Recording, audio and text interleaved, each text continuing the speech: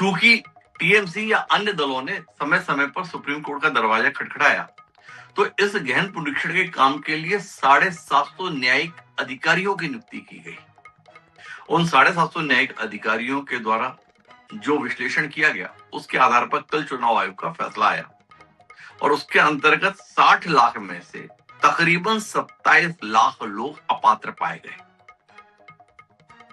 अब इसका सीधा सीधा अर्थ यह है कि पश्चिम बंगाल की जो मतदाता सूची पुरानी थी, जिसके आधार पर 2024 का लोकसभा चुनाव भी हुआ था, उसमें से तकरीबन 91 लाख लोगों के नाम काट दिए गए।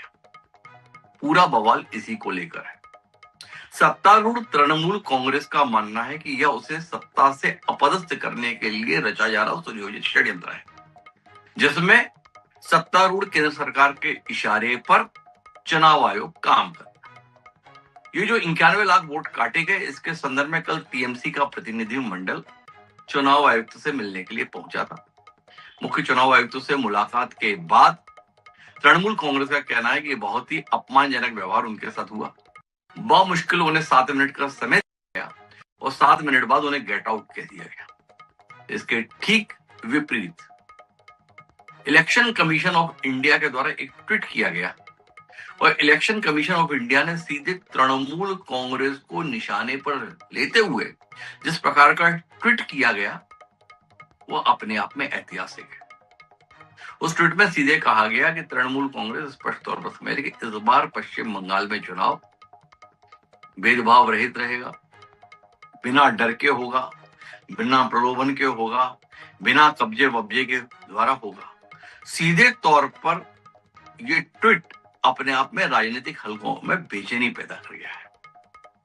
क्या इसका आशय यह है कि अब तक पश्चिम बंगाल में जो चुनाव होते थे वो निष्पक्ष नहीं होते थे? उन चुनाव के अंतर्गत मतदाता स्वतंत्र रूप से अपने मताधिकार का इस्तेमाल नहीं कर रहे थे? अब तक जो चुनाव पश्चिम बंगाल में हो रहे थे वो भेदभावपूर्ण होते थे? अगर यह सही है तो इसका मतलब इससे पूर्व जो मुख्य चुनाव आयुक्त थे राजीव कुमार, उन्होंने अपनी जिम्मेदारी का ठीक से निर्वहन नहीं किया। दूसरा, इस चुनाव आयोग की प्रक्रिया के अंतर्गत ही भारतीय जनता पार्टी ने पिछले 2 लोकसभा चुनाव में कमाल का प्रदर्शन किया। तो क्या भारतीय जनता पार्टी का यह चमत्कारिक प्रदर्शन भी जो है पक्षपातपूर्ण था? यह सवाल जहन में आता है।